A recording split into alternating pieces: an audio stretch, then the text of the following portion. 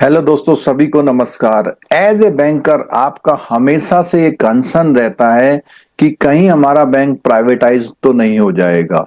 और इसकी recent news आपने दोस्तों देखी थी आईडीबीआई बैंक के मामले में। आईडीबीआई बैंक का प्राइवेटाइजेशन का करीब 3-4 साल से बहुत ही लंबा इशू चल रहा है और लगातार इसका विरोध भी किया जा रहा है। क्योंकि इस वीडियो में हम ये जानेंगे कि अगर प्राइवेटाइज हो जाते हैं तो क्या आपके जो सर्विस कंडीशंस में या आपकी लाइफस्टाइल में या आपके वर्किंग कल्चर में क्या फर्क पड़ने वाला है। क्यों इस वीडियो को आपको देखना चाहिए। तो दोस्तों, नंबर तो सबका आएगा, तो इसलिए आपको ये वीडियो जरूर देखना चाहिए क्योंकि नंबर सबका आ रहा है और कुछ का आ गया है। सबसे पहले नंबर 1 पे बात करें तो आईडीबीआई का तो आ ही गया है। अक्टूबर 2025 तक उम्मीद है कि शायद ये प्राइवेटाइज हो जाएगा। और बातें भी करते हैं, इसको कहने के कुछ और टेक्निकल नाम दिए जा रहे हो, लेकिन शुद्ध भाषा में बात करें तो ये प्राइवेटाइजेशन की तरफ बढ़ता हुआ एक बहुत ही तगड़ा संकेत है। और आपके आने वाले फ्यूचर्स की जो कंडीशंस हैं वो बदलने की तैयारियां पूरी हो चुकी हैं। तो दोस्तों, आज की न्यूज है जो गवर्नमेंट ने प्लान किया है। क्या प्लान किया है कि वो अपना जो स्टेक है, जो पीएसयू में स्टेक है, उसको डिक्रीज करने की बात कर रही है। अब ये डिक्रीज करने की जो बात कर रही है, ये जो है important policies and financial update है जिससे आपके लाइफ में फर्क पड़ सकता है। उस बारे में वीडियो है, वीडियो पूरा देखिएगा। अगर अभी तक चैनल सब्सक्राइब नहीं किया तो प्लीज चैनल को सब्सक्राइब कर लीजिए और बेल आइकन दबाना मत भूलिएगा जिससे सारी नोटिफिकेशन आपको टाइम टू टाइम मिलते रहे। दोस्तों, आज ये क्यों न्यूज में है। 45,000 करोड़ को सरकार, जो पब्लिक सेक्टर बैंक है, उनमें अपना स्टेक सेल कर रही है, यानी अपनी हिस्सेदारी को जो है बेच रही है। इसका हमारे तुम्हारे और हमारी इकोनॉमी में क्या फर्क पड़ने वाला है। क्या यही प्राइवेटाइजेशन की शुरुआत है गवर्नमेंट बैंक्स की। दोस्तों, ये जो 45,000 करोड़ की जो सेलिंग कर रही है, गवर्नमेंट फंड को रेज कर रही है और रेज भी पब्लिक सेक्टर बैंक्स के फंड को, उनके स्टेक को बेच के कर रही है। ये जो सेल होगी, ये जो बिक्री होगी, ये होगी क्यूआईपी के थ्रू, यानी कि क्वालिफाइड इंस्टीट्यूशनल प्लेसमेंट के थ्रू। दोस्तों, इससे पहले आगे बढ़े तो सबसे पहले क्यूआईपी के बारे में जान लेते हैं। देखिए दोस्तों, अगर आपको कभी भी शेयर खरीदना हो तो आप स्टॉक एक्सचेंज के थ्रू अपने शेयर्स खरीद सकते हैं। जितने भी लिस्टेड कंपनी हैं उनके शेयर फ्लोट कर देते हैं, आप जिसका भी शेयर चाहें खरीद सकते हैं। बहुत छोटे से शेयर खरीद सकते हैं। लेकिन क्वालिफाइड इंस्टीट्यूशनल प्लेसमेंट में क्या होता है कि इसमें कोई भी कंपनी अपना स्टेक बेचती तो है, लेकिन वो आम पब्लिक को नहीं बेचती, वो लार्ज इंस्टीट्यूशनल इन्वेस्टर को बेचती है। जैसे कोई म्यूचुअल फंड कंपनी उनके शेयर ले ले, कोई फॉरेन इंस्टीट्यूशनल इन्वेस्टर ले ले, कोई इंश्योरेंस कंपनी ले ले, या कोई अपना पीएफआरडी यानी पेंशन के फंड। तो अगर बड़े बड़े इंस्टीट्यूशंस इस फंडिंग को लेते हैं, यानी कि उसके स्टेक को लेते हैं, तो इसका मतलब क्वालिफाइड इंस्टीट्यूशनल प्लेसमेंट होता है। इसमें जो है आम पब्लिक को इसमें पार्टिसिपेट करने की परमिशन नहीं होती है और ये बहुत ही फास्टर होता है और उसमें लेस पेपर वर्क होता है जितना कि पब्लिक, क्योंकि पब्लिक इशू जब आता है तो बहुत सारी फॉर्मेलिटीज पूरी करनी पड़ती है कंपनियों को। दोस्तों, जैसा कि हमने बोला नंबर सबका आएगा, तो यहां पर अभी जो ये 45,000 करोड़ की जो न्यूज आई है, फाइनेंशियल ईयर 2025-26 में सरकार 45,000 करोड़ रुपए इकट्ठा कर लेगी। क्या करेगी आप लोगों को पता ही कि क्या कर रही है सरकार। उसमें देखिए टॉप में नाम आता है स्टेट बैंक ऑफ इंडिया का। आपको पता है कि 70-70 हजार करोड़ का प्रॉफिट कमा के 8-8 हजार का जो है स्टेक का वो डिविडेंड दे रहा सरकार को। तो ऐसी कमाने वाला बैंक, उसमें भी 25,000 करोड़, यानी कि आउट ऑफ 45,000 करोड़ 25,000 करोड़ तो केवल स्टेट बैंक का स्टेक को सेल करने की बात आ रही है। कहीं पर भी कोई आम चर्चा प्राइवेटाइजेशन की नहीं हो रही। प्राइवेटाइजेशन के नाम में केवल एक ही नाम हाईलाइट चल रहा है, आईडीबीआई बैंक, क्योंकि इसका कैपिटल कम है तो कम पैसों में ही ज्यादा स्टेक बिक जाएगा। लेकिन स्टेट बैंक का कैपिटल बेस बहुत बड़ा है तो उसके हिसाब से 25,000 करोड़ बहुत कम परसेंटेज में आएंगे। लेकिन अगर बात करें तो आपको पता है कि कुछ बैंक ऐसे हैं जिनका मर्जर अभी नहीं किया गया था कंसोलिडेशन के समय पे, और वो जो बैंक हैं उन बैंकों की अगर हम बात करें तो UCO bank, bank of Maharashtra, central bank और पंजाब एंड सिंध बैंक और इंडियन ओवरसीज बैंक। दोस्तों, ये वो 5 बैंक हैं जिनको अभी मर्जर के समय में किसी बैंक के साथ मर्ज नहीं किया गया था। और इसके साथ एक बैंक ऑफ इंडिया भी है।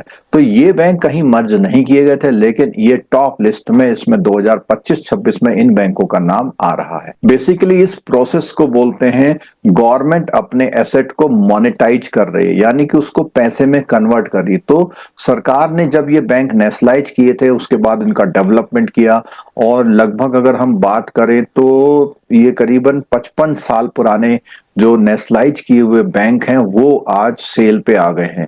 और स्टेट बैंक की बात करें तो 1955 से ये नेशनलाइज हो गया था, यानी कि 45 ईयर वो और 25 यानी 70 ईयर से जो इस बैंक ने जितना कमाया था और आज भी प्रॉफिट में चल रहा है, अच्छा प्रॉफिट दे रहा है, उसमें स्टेक बेचा जा रहा है। यानी कि जो भी गवर्नमेंट ने एसेट बनाए थे आज तक इतने सालों में, उनको अब सेल करने की बात आ रही है। और इस सेल के थ्रू गवर्नमेंट प्लान कर रही है कि 47,000 करोड़ का जो है हम लोग क्या करें, इन्वेस्टमेंट इकट्ठा कर लें। इसके लिए गवर्नमेंट ने एक आईएमजी यानी कि इंटर मिनिस्ट्रियल ग्रुप बनाया है, और इसमें जो मिनिस्टर और ब्यूरोक्रेट मिल करके इस पर काम कर रहे हैं और लीगल एंड टेक्निकल एडवाइजर ढूंढ रहे हैं जो इस काम को अंजाम दे पाए। गवर्नमेंट की मंशा क्या है, फंड को रेज करना और अपनी इफिशियंसी को इंप्रूव करने का एक और टेक्निकल बात ये करती है, और प्राइवेट पार्टिसिपेशन को बैंकिंग सेक्टर में बढ़ाना। तो हमें पता है कि 1991 के रिफॉर्म्स के बाद प्राइवेटाइजेशन में प्राइवेट बैंक आने लग गए थे और फॉरेन बैंक भी आए, तो यहाँ पर प्राइवेट सेक्टर को बढ़ाना बैंकिंग सेक्टर में, ये तीन जो है एम जो है सरकार इस समय बता रही है। अगर हम आज की डेट में बात करें तो कुछ बैंक ऐसे हैं जिसमें गवर्नमेंट की होल्डिंग काफी है, जैसे पंजाब एंड सिंध बैंक में देख रहे हैं 98% है, इंडियन ओवरसीज बैंक में 96%, यूको में 95, और ये सारे ही बैंक देख रहे हैं, इसको छोड़ दिया जाए तो बाकी सब 90+ में है, और इनकी परफॉर्मेंस उतनी अच्छी नहीं रही और इनको जो है मर्जर के समय ऑप्ट भी नहीं किया था। तो इनके जो स्टेक्स बड़े बड़े दिखाई दे रहे हैं, सरकार सोच रही कुछ कुछ स्टेक्स अब में बेचा जाए, और ये स्टार्टिंग है प्राइवेटाइजेशन की। लेकिन इनका 10 से 20% तक भी शेयर अगर एफपीआई के थ्रू चला जाता है तो ये बहुत मेजर चेंजेस को इंडिकेट करता है। अब दोस्तों बात आती है कि प्राइवेटाइजेशन क्या आपको चिंता करनी चाहिए। देखिए, सबसे पहले है तो अपना गवर्नमेंट जो है स्टेक को डाइल्यूट कर रही है और ये कह रही है कि ये हम अपना स्टेक डाइल्यूट कर रहे हैं, प्राइवेटाइजेशन नहीं कर रहे हैं। तो दोस्तों मैं आपको एक ग्राफ छोटा सा बता देता हूं। इसमें क्या होता है कि जब गवर्नमेंट स्टार्ट करती है कोई भी चीज तो पूरा गवर्नमेंट का होता है, फिर गवर्नमेंट थोड़ा सा स्टेक कम कर देती है, 51 तक ले आती है, और उसके बाद गवर्नमेंट क्या करती है और भी स्टेक बेचना शुरू। तो जैसे जैसे ये स्टेक जो है पब्लिक का बढ़ता चला जाता है तो उस कंडीशन में आकर फिर ये प्राइवेटाइजेशन की तरफ चला जाता है, और यही स्टार्टिंग है जो प्राइवेटाइजेशन की तरफ ले जाती है। ठीक है, बट ये धीरे धीरे यानी कि स्लोली एंड स्टेडली, यानी कि धीरे धीरे चलता है लेकिन लगातार चलता है, यानी इस साल इतना करेगी अगले साल कुछ करेगी, और जैसे से प्राइवेट इन्वेस्टर ज्यादा शेयर खरीदेंगे गवर्नमेंट का कंट्रोल वीक होता जाएगा, और जैसे ही ये 51% से नीचे जाएगा तो बैंक जो है प्राइवेट कैटेगरी में आ जाएगा। कई मामलों में गवर्नमेंट ने 51% तक की अपनी ओनरशिप रखी है और 49% तक की प्राइवेट रखी है, लेकिन 49% प्राइवेट होने पर भी जो है जॉब सिक्योरिटी लेस हो जाती है। इसका एग्जांपल आप देख सकते हैं, इस बार जो है एसबीआई पीओ की ओनली जो है 500 के आसपास वैकेंसीज आई हैं। तो ये जो जॉब सिक्योरिटी वाला मामला है ये यहाँ पे शुरू होता है। उसके अलावा ये माना जाता है कि प्राइवेटाइजेशन होने से डिसीजन मेकिंग फास्टर होती है। फास्टर कैसे होती है, जहां भी पब्लिक का नुकसान हो रहा हो तुरंत डिसीजन ले लेते हैं। जैसे इसी की बात करें कि 500 वैकेंसी पीओ में स्टेट बैंक ऑफ इंडिया में, कौन सी कैलकुलेशन है। और प्रॉफिट फर्स्ट कल्चर, यानी कि एम्प्लॉय को कम करो और प्रॉफिट ज्यादा कमाओ। जैसे ही प्राइवेट होता है तो कस्टमर सर्विस में चेंज देखने को मिलते हैं और एम्प्लॉय का एक्सपीरियंस भी चेंज होता है। गवर्नमेंट और क्या कर रही है, गवर्नमेंट जो है बेसिकली प्लानिंग कर रही है, ग्राउंड वर्क कर रही है 25-26 में, और एक्चुअल जो सेल करने की बात कर रही है वो 26-27 में इसके सेल की बात कर रही है। लेकिन आईडीबीआई की बात करें तो ये जो है सेल जो है अक्टूबर 2025 तक बिल्कुल होने वाली है, और जो government fully government owned bank का जो एरा है वो अब स्लोली एंडिंग की तरफ जा रहा है। दोस्तों आपका इसमें सोचना क्या है, कमेंट बॉक्स में लिखिए क्या ये प्राइवेटाइज होना चाहिए और आपके सजेशन क्या है, गवर्नमेंट को सजेशन क्या है। डिस्कशन से कुछ अच्छी बातें निकल के आ सकती है। क्या पब्लिक सेक्टर बैंकों को धीरे धीरे प्राइवेटाइज किया जाना चाहिए, और या गवर्नमेंट को अपना कंट्रोल रखना चाहिए जिससे कि वो कॉमन मैन को बेटर सर्विस दे पाए। देखिए यहाँ बहुत इंपॉर्टेंट वर्ड है कॉमन मैन। दोस्तों अगर आपको ये कंटेंट और वीडियो अच्छा लगा हो तो लाइक और सब्सक्राइब जरूर करिएगा और बेल आइकन दबाइएगा जिससे सारे नोटिफिकेशंस आप तक मिल पाए।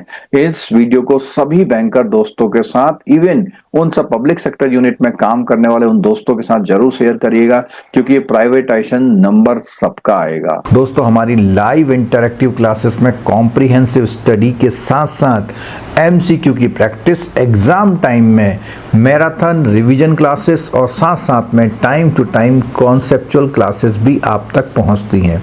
दोस्तों बेस्ट ऑफर जानने के लिए डिस्क्रिप्शन बॉक्स में मोबाइल एप्लीकेशन का लिंक दिया हुआ, उसे डाउनलोड कर लीजिए, चैनल को सब्सक्राइब कर लीजिए। उसके साथ साथ में जितने भी नोटिफिकेशंस आते हैं, डेली क्लास अगर आप अटेंड करते हैं तो उनसे आपके JIB CIB के पास होने के चांसेस बहुत ज़्यादा बढ़ जाते हैं। तो दोस्तों thank you very much video देखने के लिए, बहुत बहुत धन्यवाद।